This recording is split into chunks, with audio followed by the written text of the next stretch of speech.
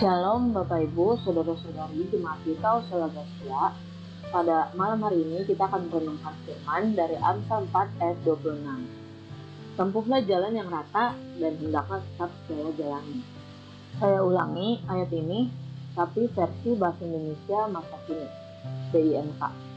Pikirkanlah baik-baik sebelum berbuat, maka engkau akan berhasil dalam segala usahamu. Pikirkanlah baik-baik sebelum berbuat berarti mempertimbangkan segala perbuatan. Kenapa harus dipertimbangkan? Di ayat ini dijelaskan, jika kita begitu, kita akan berhasil dalam segala usaha kita. Selain itu, di dalam kitab Wahyu dikatakan bahwa segala perbuatan kita itu tercatat dalam kitab kehidupan.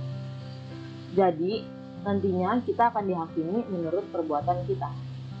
Dan dibuka juga sebuah kitab lain, yaitu kitab kehidupan, dan orang-orang mati dihakimi menurut perbuatan mereka, berdasarkan apa yang ada tertulis di dalam kitab-kitab itu.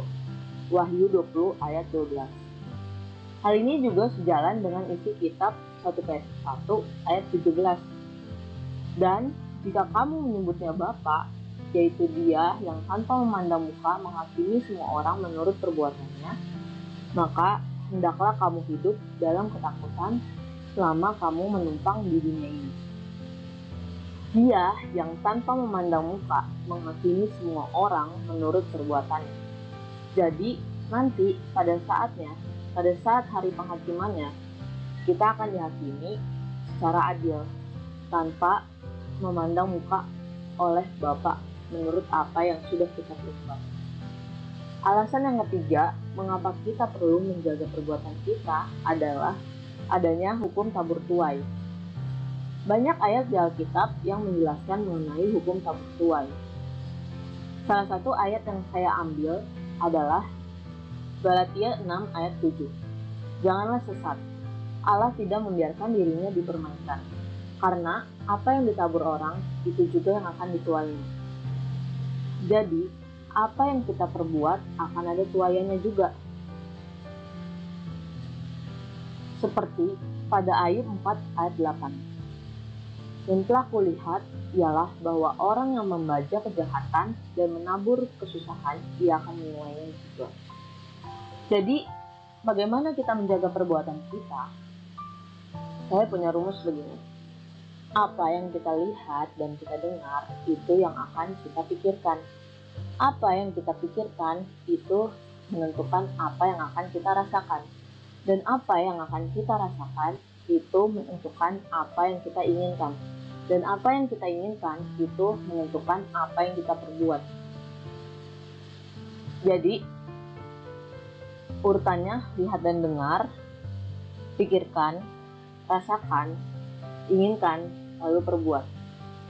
Misal, saya sebagai mahasiswa, input yang saya terima adalah belajar itu harus supaya saya mengerti pelajaran. Lalu saya pikirkan secara terus-menerus, oh iya ya, saya harus belajar biar bisa. Lalu timbul perasaan, saya butuh belajar. Lalu tumbuhlah keinginan untuk belajar itu, hingga akhirnya belajar itu menjadi aksi. Begitu juga dengan kehidupan kita sebagai orang percaya. Apa yang menjadi input atau apa yang kita lihat dan kita dengar, itulah yang nantinya akan menjadi perbuatan kita.